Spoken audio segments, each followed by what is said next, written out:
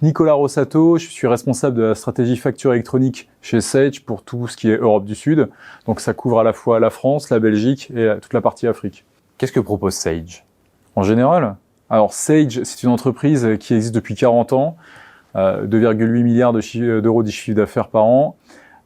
Nous faisons tout ce qui est logiciel comptable, à la fois les gestions commerciales, les logiciels de comptabilité pure, la trésorerie, les systèmes de paie, et on a aussi un produit pour tout ce qui est expert comptable. Vous avez décidé de devenir une plateforme de dématérialisation partenaire. Pourquoi ce choix? Alors c'est un choix naturel. On va dire, comme j'expliquais tout à l'heure, Sage, 40 ans d'existence, les outils comptables, la partie dématérialisation partenaire PDP, d'un point de vue façon de le penser habituellement, c'est plus lié à l'EDI, la dématérialisation. Quand le gouvernement a décidé de passer à la facture électronique au 1er septembre 2026, ça a fait rencontrer deux mondes, c'est-à-dire à la fois les éditeurs comme nous qui faisons des outils pour améliorer la production d'un point de vue purement comptable, et ceux qui étaient plus dans la partie transactionnelle, EDI ou facture électronique, qui faisaient en fait la gestion de flux. J'envoie les factures à droite, je les envoie à gauche, je les reçois, je les contrôle. Là, une PDP se retrouve en fait à faire à peu près les deux mêmes, la partie transactionnelle, mais comme nous on était aussi sur la partie compta, c'était une évolution naturelle. Quels bénéfices concrets les entreprises peuvent-elles en tirer? Alors, il y a deux types de bénéfices. Il y a le bénéfice implicite par la facturation électronique. Donc, toutes les entreprises le voient comme une contrainte du gouvernement parce que derrière toute la loi facturation électronique, en fait, le gouvernement, lui, ce qu'il va vouloir, c'est collecter la TVA. Derrière, il y a quand même un enjeu de modernisation. C'est que en France, on a encore une partie des échanges de factures qui se font via du papier. Certains sont aussi non, encadrés. Je fais une facture par Excel, je l'envoie par mail. Le PDF, c'est un PDF simple. C'est pas assez, en termes de nomenclature, c'est pas assez sécurisé. Donc, il y a ce premier niveau, c'est avec l'obligation de passer par des PDP, c'est-à-dire que toutes les transactions sont sécurisées, le papier disparaît, plus besoin de le stocker ou de l'archiver.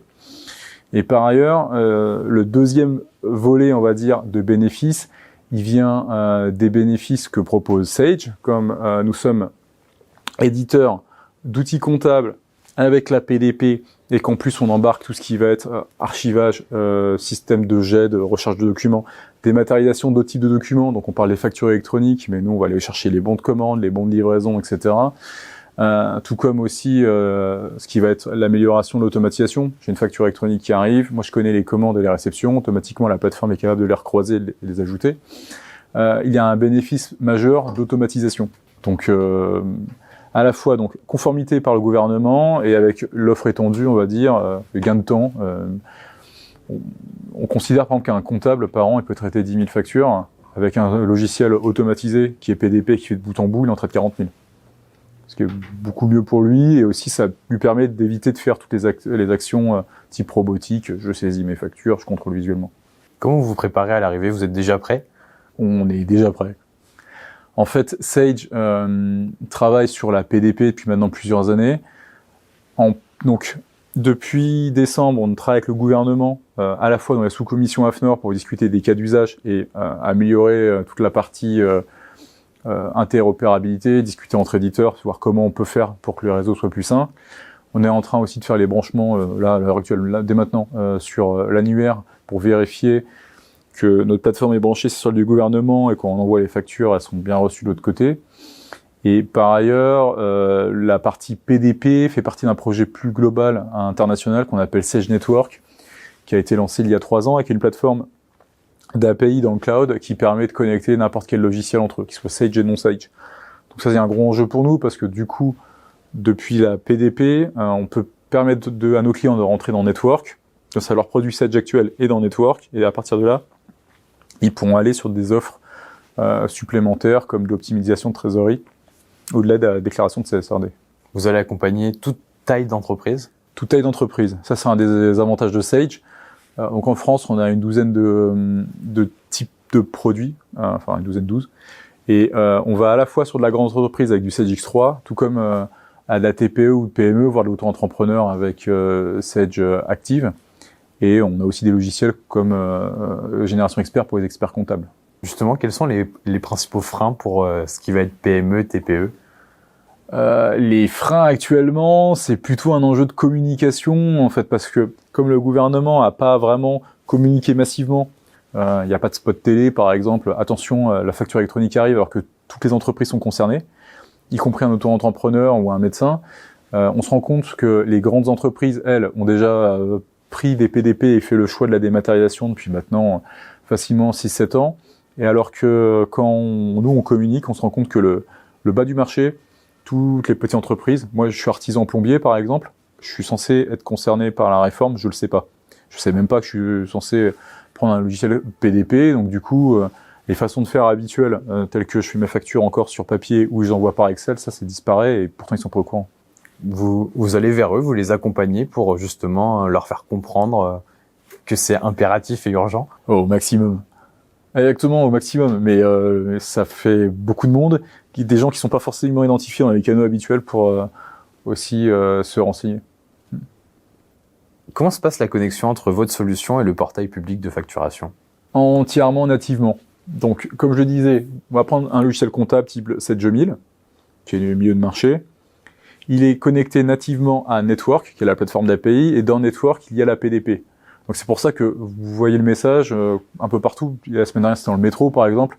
Votre PDP déjà intégré, etc. C'est dès que vous êtes sur la bonne version, la PDP, ce qui vous met en conformité, est déjà dans le produit. Et on l'inclut sans surcoût pour l'abonnement. Par ailleurs, donc, cette PDP est elle aussi connectée directement au portail du gouvernement.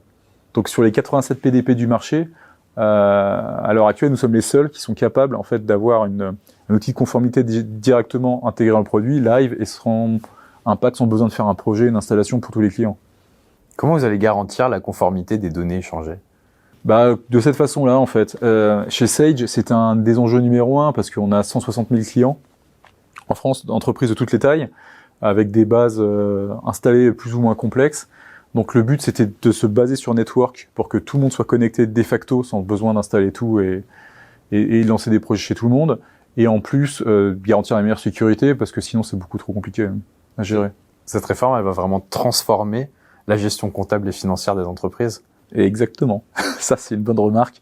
Je m'entends à ce que dans 3-4 ans, en fait, entre les améliorations de l'IA, le fait que toutes les entreprises en Europe, mais maintenant, enfin, tous les pays en Europe, et aussi, surtout, dans le monde, rien que par exemple, l'année prochaine, il y a 10 pays d'Afrique qui se mettent à la facturation électronique. La France est dans le ventre mou, on va dire, par rapport au reste du monde en termes de passage à la facture. Le métier de comptable va forcément être bouleversé. Pourquoi elle met autant de temps à se mettre en place? En France? En France. Parce qu'on est français. C'est-à-dire que certains pays aiment bien lancer et après ramasser les pots cassés. C'est un peu ce qu'on a eu avec l'Italie qui a mis son portail en 2019 et qui a passé 1 an après à le stabiliser et en disant ça fait partie du jeu. En France, on aime bien faire ceinture bretelle, être sûr que quand on le mettra en place, ça marchera bien et correctement et sans problème. Récemment, il y a eu l'idée d'encore décaler le démarrage. Finalement, ils ont fait machine arrière. Enfin, plutôt, c'était qu'une idée. Ouais, comment vous l'avez accueilli? Alors, c'était même pas une idée, c'était une suggestion d'une frange pas forcément congrue et représentative. Il y avait plusieurs amendements qui avaient été posés en parallèle pour demander le report. Plusieurs se sont fait retoquer, il y en a qu'un qui est passé. Et encore, personne ne sait vraiment pourquoi. Donc le fait, même le gouvernement était contre en fait. Bercy n'en voulait pas, toute la partie, toutes les PDP n'en voulaient pas. Finalement, le fait que l'amendement soit pas passé et que le calendrier n'a pas du tout été impacté, c'était pas très étonnant. Finalement, Sage, quel rôle entendez-vous jouer dans l'écosystème des données fiscales et comptables de demain? Alors, je pense qu'on jouera un rôle central, ne serait-ce que par la taille, parce qu'on est, parmi les PDP, on est la plus grosse entreprise, on est celle qui amène le plus de clients, et en plus, on a le mode de connexion le plus simple. Donc, de toute façon, on va devenir de facto une pierre angulaire de tout le maillage entre PDP et gouvernement qui va arriver sur les années à venir et qui se maintiendra après pendant 10, 15 ans, 20 ans. Mais comment toucher peut-être les plus petites entreprises en se disant que Sage, c'est gros, donc ça va concerner plutôt les ETI et les grandes entreprises et pas les petites? Pas par ce type d'interview, par toutes les allocutions qu'on fait, en fait, ce que je disais tout à l'heure, la difficulté, c'est qu'il faut aller chercher un boulanger, un coiffeur, un plombier. Eux, la partie facture électronique, ça leur parle plutôt en niveau d'expertise, assez complexe. ils cherchent des systèmes simples.